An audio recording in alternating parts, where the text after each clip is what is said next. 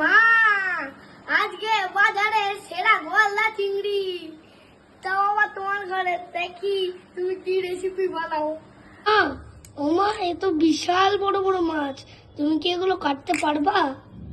চেষ্টা করি বাবু, তুমি তো জানো চেষ্টা করলে তো সব কাজ পারা যায়, তাই চেষ্টা করে আমিও দেখি, নিশ্চয়ই পারবো। আর বাবু শোনো, তুমি এখন স্কুলে চলে যাও। হ্যাঁ, স্কুল থেকে ফিরে এলেই তুমি দেখতে পাবে সেই তোমার মজাদার গলদা চিংড়ির রেসিপি।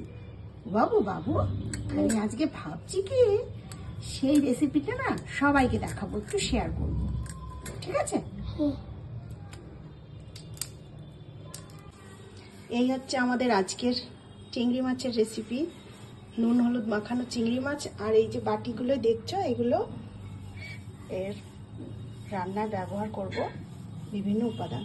এই যে একেবারে আমি ডাইরেক্ট সর্ষে গুঁড়োই নিলাম, এটা কসুরি মেথি, এটা ফোড়নের জন্য কালো জিরে, লঙ্কা, তেজপাতা, পোস্ত, এটা একটু নারকেলটা পেস্ট করে দুবার করে নেব। চলো এবার রান্নাটা শুরু করা যাক। এই যে দেখো, শিলে বেটে নিচ্ছি সর্ষে, একটু তিলও নিয়েছি আর কাঁচা লঙ্কা। দেখো এবার মাছগুলো ঠিক ঠিক লাল, একদম বেশ লাল লাল ভাজা হয়েছে, তাই না?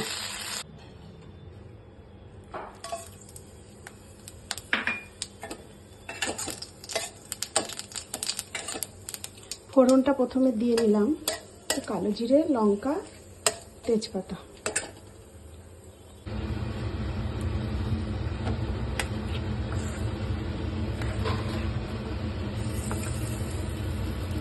এইবার নারকেলের দুধ, বাটা পোস্ত, তিল, লঙ্কা বাটা, ভেজানো সর্ষে গুঁড়ো সব একে একে দিয়ে গ্যাসের ফ্লেমটা একটু বাড়িয়ে দিলাম।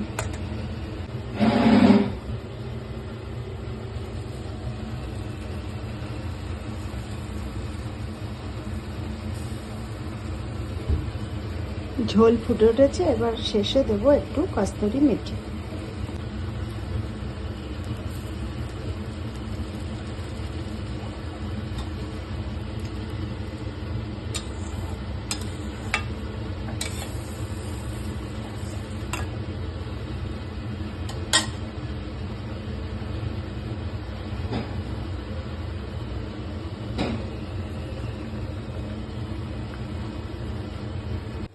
এই যে তৈরি আমাদের চিংড়ি মাছের মালাইকারি, অয়নবর ভারী পছন্দের রেসিপি এটি।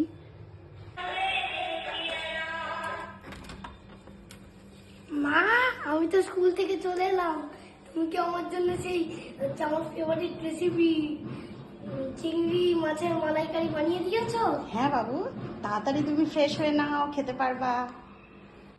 মা, তোমার এই শাক ভাজা, কচু ভাজা, তোমার এই ডাল, আজকে আমি খাবো না, কিন্তু আমি আগে এইটাকে টেস্ট করবো। ঠিক আছে, খাও, তোমার যেটা পছন্দ সেটাই খাও। হেভি হয়েছে। কেমন বাবু? হেভি হয়েছে। ভালো লাগলো? তুমি কি সোশ্যাল মিডিয়াতে পোস্ট করেছো? করবো তো। তুমি আমার মতো, যদি তুমি সোশ্যাল মিডিয়াতে পোস্ট করো তাহলে তুমি আমার মতো সবাই টেস্ট করতে পারবে এটা। আচ্ছা।